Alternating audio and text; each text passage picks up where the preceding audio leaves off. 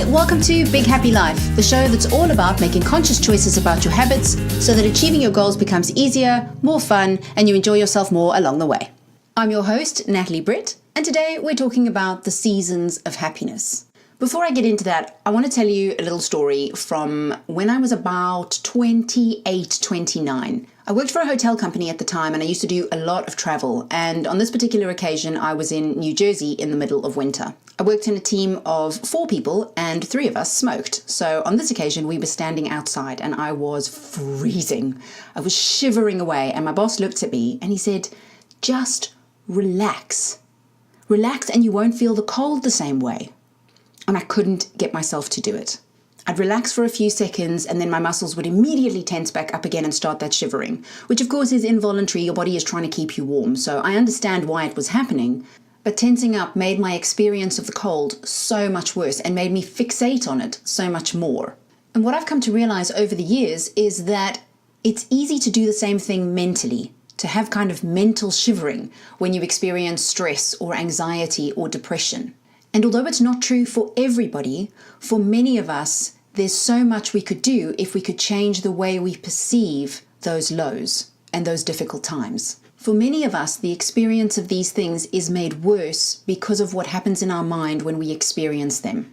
Although Big Happy Life is often about this kind of positive spin of creating your big happy life, many of those habits only become relevant when you're already feeling positive. So what happens when you're not? What happens when you experience those great highs and then those catastrophic lows and the transitions in between?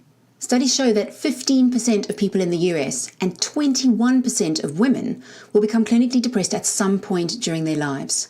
And in the UK, it's estimated that 1 in 4 women and 1 in 10 men will suffer depression during their lifetime. So this is a really important part of finding our happiness, is working out what to do when it's not that easy to grasp. As I progress my research into happiness and the habits that make us happier, I'm realizing that one of the things you have to make peace with is that happiness is not a permanent state, nor should it be. And having observed the ebb and flow of my own happiness levels, I've come to realize that not only do they often run with the seasons, but also they run like the seasons. There's a summer, an autumn, a winter, and a spring. And they have hallmarks. There are specific things that seem to happen in the mind and the body when you go through each one. This episode is about discussing those hallmarks, but also looking at the advantages that each season brings. I felt compelled to record this because one of the things I noticed in my own life was that the highs weren't as enjoyable as they could have been because I was worrying about the lows. I put pressure on myself to try and stay in that mindset. And when I felt it slipping out of my grasp, I would panic. And that potentially brought on more of those darker, more difficult feelings to deal with. For want of a better way to put it, I was just mentally shivering. Even through the summer, mentally shivering. It wasn't until I realized that there was value in all of the phases and that happiness isn't always just about sunshine and roses. Sometimes it's about resilience and effort. Sometimes it's about growth through adversity. And in many ways, some of our abilities to be happy in those kind of summers only come from how we handle the autumns and the winters. And so if you are somebody who experiences those highs and lows and you kind of mentally shiver through them, you want to force yourself into happiness, or you're thinking, why do I feel this way? What's wrong with me? I hope listening to this will give you a chance to reflect on perhaps the value of all the 4 seasons in your life and how to make the best use of them so that they provide a chance to build your resilience, to grow as a person, to challenge yourself, to reflect on some of the things that work in your life and don't work in your life. All the things that ultimately genuinely do provide meaning and therefore are much more likely to make us happy in the long term. I remind you, of course, at this point that I am neither a doctor nor a therapist. I share this information with you because it's helped me and it's helped the people I work with. And I share it with you in the hope that this perspective offers you another way to look at your situation and the highs and lows that you might be experiencing. As I talk you through the hallmarks I've noticed and the highs and lows I've experienced, you might find that yours are slightly different. It would be great to know more about your story, so please feel free to visit bighappylife.blog on the show notes page and leave a comment. I'd love to know how you experience the seasons and what happens for you. What I'll also look at in this episode is some of the advantages of each season. The things that, when you know to look for them, make each one worthwhile in its own way. Summer, of course, is happiness. It's bright and energetic, it's effortless. You don't have to work at those feelings of joy and contentment. And you seem to notice things that make you happy and make you feel grateful all over the place. Smiles and laughter come more easily. You're able to be more generous with your time and energy because you have it to give. And it's really easy not to sweat the small stuff. It somehow just doesn't bother you. I should say at this point that the duration of your summers and the frequency of your summers is to some extent genetic, but it's not the whole story. In her book, The How of Happiness, Sonja Lyubomirsky talks about her research into happiness and how we create it. And one of the things she says is that only 50% of our happiness is genetic. So if you're somebody who experiences lots of emotional summers and for long periods of time, half of that is genetics. But 40% of that is down to you and how you think and what you do. And just 10% is down to life circumstances. So all those things we think will make us happy, the house, the money, the weight loss, those things actually make the smallest contribution to our happiness. We'll talk about that a little bit more in another episode, but what I wanted to point out is that only half of our experience of the types of seasons we have and how long they last for can be put down to genetics. So if you're thinking, well, my parents struggled with mental health, so there's nothing really I can do about it, that's not strictly true. There might be some things you can do about it. We're not going to be exploring that in this episode, but we will explore it in later episodes. And it also highly recommends starting with Sonja Lyubomirsky's book, The How of Happiness. Getting back to the seasons, some of the things that are added by summer, well, it's pretty obvious. Joy, ease, contentment, enjoyment of life. These are great times. Usually during the summer, you feel at peace with yourself. Even if your life circumstances aren't perfect, your ability to look past those imperfections is something that makes you feel good about yourself. You feel strong and resilient, calm, easygoing. And so it seems like you just attract more of the same to you during that period. Having this kind of energy also makes it easy to start making plans and to put those plans into action. It's really easy to feel in control, and so your efforts to do things really feel productive. Eventually, though, you naturally reach autumn. So happiness is no longer effortless and you can feel its decline.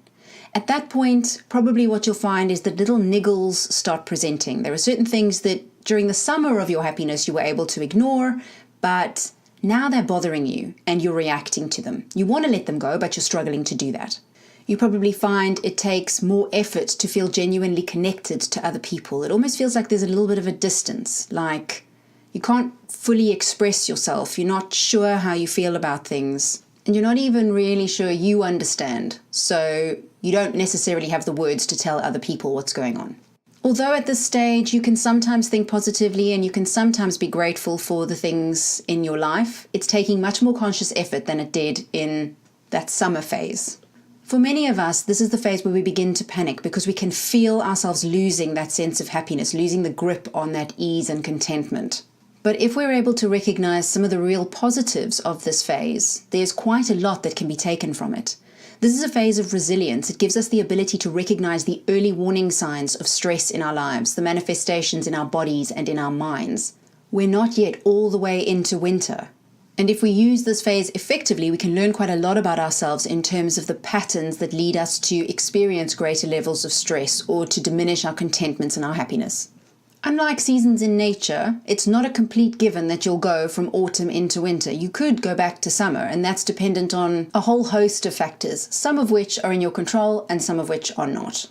Next week's episode is all about focusing on some of the things that are within your control that you can do in that autumn phase to make the most of it, and also potentially to get more and longer summers when you use your autumns really well. When you do transition into winter, if yours are like mine, the hallmarks include difficulty caring about things. Everything just feels a bit pointless. You don't smile or laugh that much, and sometimes really feel lonely in the company of other people who are able to smile and laugh. You feel listless, you lack energy, you have trouble sleeping, loss of appetite. And even if you know some of the right things to do, you can't really be bothered to do them. As I said at the beginning, what I'm describing is my own experience of the seasons in my own happiness. And what you'll probably have worked out from my description of winter is that depression features in my winters. This may not be the case for you, or you might be somebody who experiences it to an even greater extent than I do. It was particularly my experience of the winters that made me want to understand the ebb and flow and the natural progression of things and make the most of those experiences. So it didn't feel like I was just waiting for my life to pass me by or start back up again when I went into these phases. When I started really focusing on what this phase adds, I found that there's actually quite a lot in it. This was my chance to draw myself inwards and reflect, to take stock and to understand what's working well and what's not. Because it's only really in these phases that I stop for long enough to pay attention to myself. And I mean properly, really, genuinely pay attention.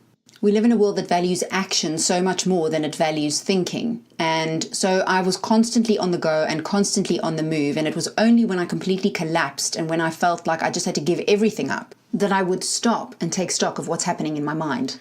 That was how I came to realize that actually paying attention to those things in the other phases makes a big difference to the experience of winter and how often it manifests. So when it does, I know it's time to stop and it's time to use it for the value that it brings. One of the things I've learned about my winters is that they're a signal that I require a bit more nurture. I've given and I've given and I've given. I've spent too much of my energy in too many different places and I don't have any left. And so I treat these periods as a chance to nurture myself and to pay attention, to break free from the illusions of pressure that I create in my life, the blogs that have to be written by a particular deadline, the podcasts that have to be out, the different activities that the kids have to do, the things that have to happen around the house, the various projects that have to get done, and realize that none of those things actually has to happen, and that I've reached a point where I must become my priority, at least for a little while. Again, we'll talk more next week about how you can use this time to best effect and get the most out of it. And when you are able to do that, of course, it naturally leads to spring. So at this point, you start to feel more energetic. You might even start to sleep a bit better and wake up more often feeling refreshed. You feel a bit more hopeful and you get a sense that things are going to be okay. You start to feel all right about making plans and committing to things again. And things that previously felt pointless, once again, begin to take on more meaning. You notice you have a bit more patience and things that were really upsetting you before are just merely niggles or you're able to overlook them. So you get a sense of feeling back in control of your emotions. And you sometimes really surprise yourself with your ability to just take things in your stride. Much like autumn, this is a transitional season. So this is a great opportunity for learning because you're able to get a sense of what made you feel more hopeful, what's bringing meaning back, what's creating that sense of energy and renewed strength in you. And I also find this a fantastic season to pay attention to and to really focus on because knowing and trusting that it's going to come is one of the things that helps me get through the winters. Mainly because your experience of a winter you think will last forever is completely different from a winter you know will end. I hope this has given you a chance to reflect on the highs and lows in your life and I guess how to get the most value out of them, but also maybe to reduce some of the pressure, if you experience pressure, to be happy. Because I think in many ways that's one of the things that robs us of the chance to be happy is that we're constantly striving for it. And I think it's there in the background, no matter what we're experiencing in life, it's there depending on how we interpret what we're experiencing. In next week's episode, we go into that in much more detail. It's titled How to Be Positive When You Don't Feel Positive. So it's for those autumns and winters and making sure that you extract maximum meaning and value from them so that they don't cost you your happiness, but they contribute to it in some way. If you have comments or questions or you'd like specific advice to feature on next week's episode, you can get in touch via the show notes page on bighappylife.blog. For now though, that's it for this week. Thanks for listening.